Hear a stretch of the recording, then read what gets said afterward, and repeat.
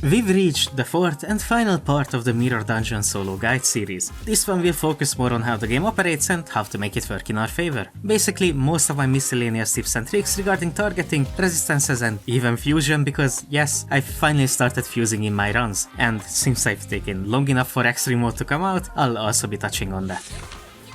Targeting works differently depending on the encounter type. If you want to double check the turn order, then you can click on the arrow icons a few times to first remove them all, then enable just the single arrow which shows the exact turn order. Except in any of the MV Pekatula fights where the first turn is messed up for some reason. In regular encounters, if any enemy has a higher speed than you, then you get hit.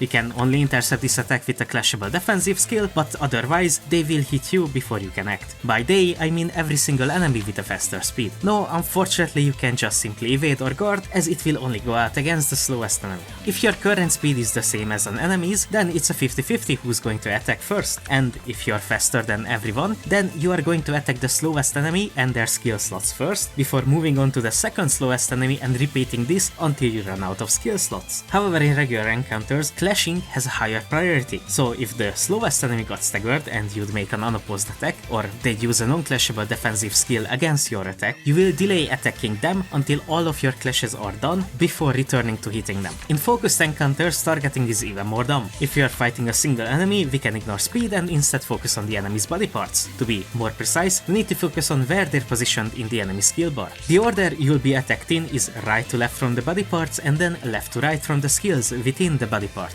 If your speed is higher than the enemy's, the body part with the lowest speed will always be the first thing you'll clash with, but the order you clash within a body part depends on the left to right rule. If you're slower than the enemy, then you need to target the fastest body part with the left to right rule in mind to clash before being hit. Keep in mind that if you want to evade all attacks with a single skill or get your shield up as early as possible, you will always need to target like this even if you are faster. With multiple enemies, the turn order is completely messed up. It usually depends on speed, so the faster the enemy, the sooner you attack them and the slower ones get hit later. The keyword is usually. I can't figure out why sometimes it doesn't work like this, why you just attack in a seemingly random order in some fights. However, both Power Guard and Counter are capable of altering the turn order if one of two things happen. If either you are slower than the fastest enemy or the skill slot you targeted doesn't result in a clash, then you will instead use your clashable defensive skill against the fastest enemy skill targeting you. This is only useful on the first turn of an encounter when you are still quite slow for this to happen. When targeting the same slot multiple times, the skill order depends on when you've targeted that slot. So the first skill you've selected will go first, the second will go second, you get the idea. AoE skills and E.G.O tends to target the slowest skill slots you aren't clashing with, so you can influence its targeting by first using your other skills and then the E.G.O. And while normally skills don't carry over to the next target in a focused encounter when the enemy dies, skills and E.G.O with multiple attack weights will still come out, even if the main target is dead, but only skills with more than one attack weight by default, so stuff like Magic Bullet Otis' skill 3 is still treated like a one attack weight skill regardless of how many enemies it could actually hit. On the topic of E.G.O, if you used any, then the last used E.G.O will be the one you will corrode to, otherwise it's random between your equipped E.G.Os.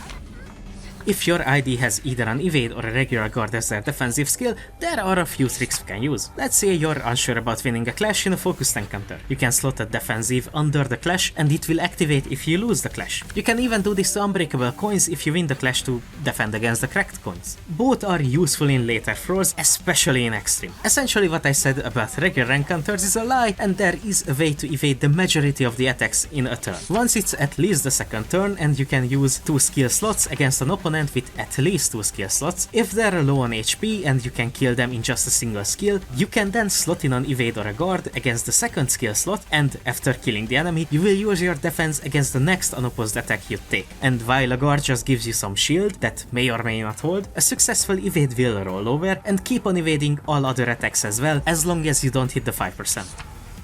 Each identity in the game has its own physical resistances, while each Zane level E.G.O determines the ID starting sin resistance. Let's take a look at She-Ishmael for this example, because everyone who completed the tutorial has her. She-Ish takes 50% less damage from slash attacks, takes 100% more damage from pierce, and takes normal amounts of blunt damage. You can only change these multipliers by getting staggered, which makes all of these numbers turn into 2x, or by getting blessing, which makes any multipliers above 1 times to 1x. Until you get staggered, that is, then it's back to 2x for everything. What you can realistically change is her scene resistances. Stack Harpoon comes by default being fatal to Lust and Slot, while also enduring 25% of Gloom damage taken. These multipliers don't change when you get staggered, only when using a different ego. You can replace your Zane level ego with a different one before going into the dungeon if that character has another Zane level ego. A more common way of changing resistances is by either Awakening or Corroding Ego, as either will instantly switch around your resistances as soon as the attack animation finishes. This is the main reason I like to recommend bringing in as many different egos as you can, because getting it is often unavoidable, but you can avoid taking 4x damage by changing your resistances around. I mentioned corroding, and it is surprisingly useful when soloing. Without allies around, you can ignore the indiscriminate part of the corrosion and focus on the strengths it brings. Like, for example, overriding getting staggered and instantly switching your scene resistances up. Since you aren't staggered, your physical resistances also aren't turning fatal, and you even get to keep blessing up while also removing the stagger thresholds that would have staggered you. If you have the resource generation, you can overclock your egos when using them to consume more sanity, thus making it easier to corrode. Commemorative coin also helps a lot since it can reuse single coin egos. Corroding is so strong it can also override some for staggers as well, like Chromer's Gaze, which she applies to you on combat start, and without corroding you have no ways of beating her, as she can combo unique staggers while you are still staggered. I mean, there is a way to beat her, you just need to deal a load of damage, but that's not happening.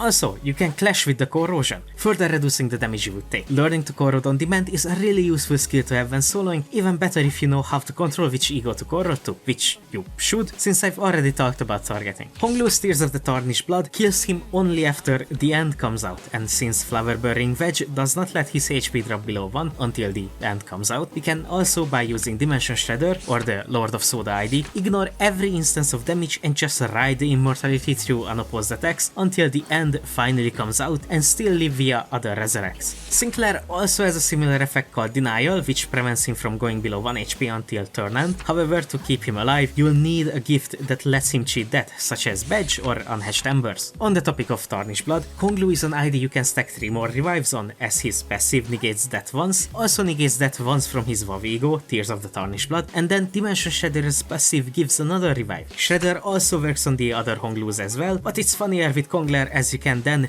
also get Badge for 1 more revive, 4 in total. Embers may or may not work. I'm pretty sure his passive activates at the same time, thus not granting another revive, only the healing. Believe it or not, I have started fusing in my dungeon runs. The reason being that the buffs the enemies get once Infinity mode starts is so much more menacing than anything before, that you kind of have to use fusion to be able to clash or deal any meaningful amount of damage. There are some ego gifts that, while you can find in the shops, it is much easier to just fuse for them, namely the Chaos Emeralds and the Physical Memories and the Status Steel Force. Sundered, Punctured and Crushed Memory all do basically the same thing, which is making your ID skills capable of winning clashes and in general roll higher. And while I generally consider the fragments are terrible, they do serve the purpose of crafting Lunar Memory, which changes both physical and scene resistances on enemies to fatal. Quite the big damage increase being able to always hit a 4x multiplier. The other great fusion targets are the physical books like Broken Greatsword for Slash, Dueling Manual Book 3 for Pierce, and the Book of Vengeance for Blunt skills. These books further increase the clashing potential of their respective types and also buff defensive skills. The Slash book, which is clearly a book, I don't know what to tell you, gives protection and defense level ups when using a regular guard. The Pierce book gives +2 evade skill power, and the Blunt book gives you both a shield when using an armor counter and stagger immunity for the entire turn when using a counter once per encounter. Oh, and by the way, you don't need the physical skill types for these secondary effects. You can absolutely just go for the Pierce book as Maid Ryoshu, let's say, and still benefit from the now higher rolling evade, for example. Other notable gifts to fuse for include Downpour for inflicting and bursting tremor, really good to combo with Bell of Truth, Melted Eyeball and Biovenom Vial. Artistic Sense is a really solid damage increase when combined with some sinking gifts like Midwinter Nightmare, same with Clear Mirror Convoter and Charge type gloves. There's Thrill for some extra damage, and for floor 15 runs specifically, Restate Gossipium feels essential. Also for extreme runs, Unhatched Embers is a must get to survive the first few turns while you still have just a few skill slots. I'd say it's worth the detour to line 3 to get or craft this. I'm sure I missed some, so please leave a comment with what you think is a great gift to fuse for.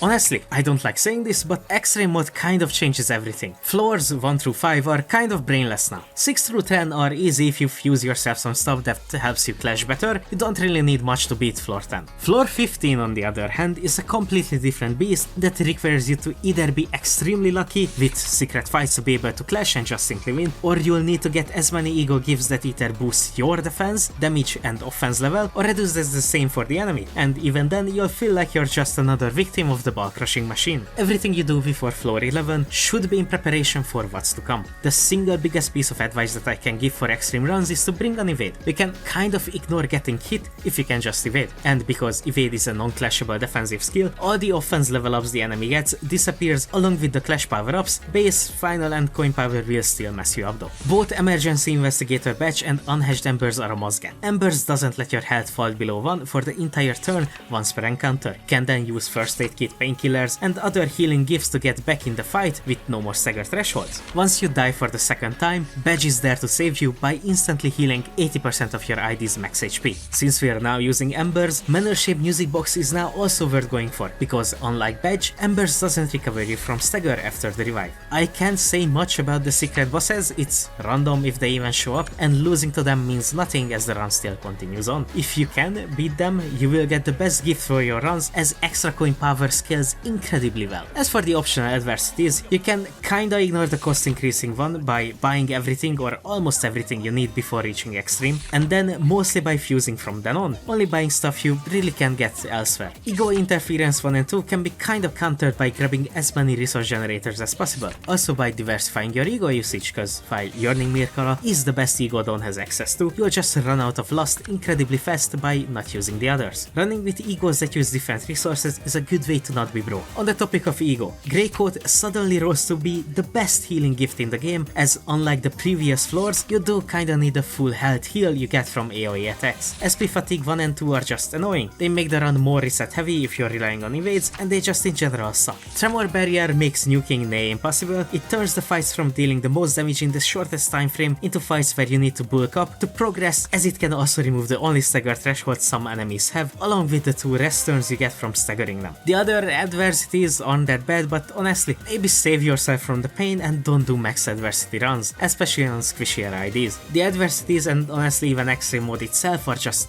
not fun, unfortunately. And I think this guide series is finally done. Over the last 4 videos I've taught you all that I could. Okay, maybe not all, but that's more the fact that I forgot to talk about something rather than me intentionally handicapping you. It has been an absolute blast to work on this guide series with your feedback from all the way back from April. You guys have managed to change my mind regarding many things, be it G-Core or Greg, fusing or even the usefulness of lamp over torch. So what's next? Honestly, I'm not sure. I've been working on both this and last season's solo guide for almost a year. Nah, it's been over a year now. I'm sure I'll need to update it again once the new dungeon drops in like half a year, but that is still a while away. I think it's high time for me to take a break from the solo guides and do something I haven't done in a while. I'll be back though, don't worry, I need to learn what every gift does and how useful they all are, so stay tuned for that in the coming months. As for now, I've been Silver, see you around.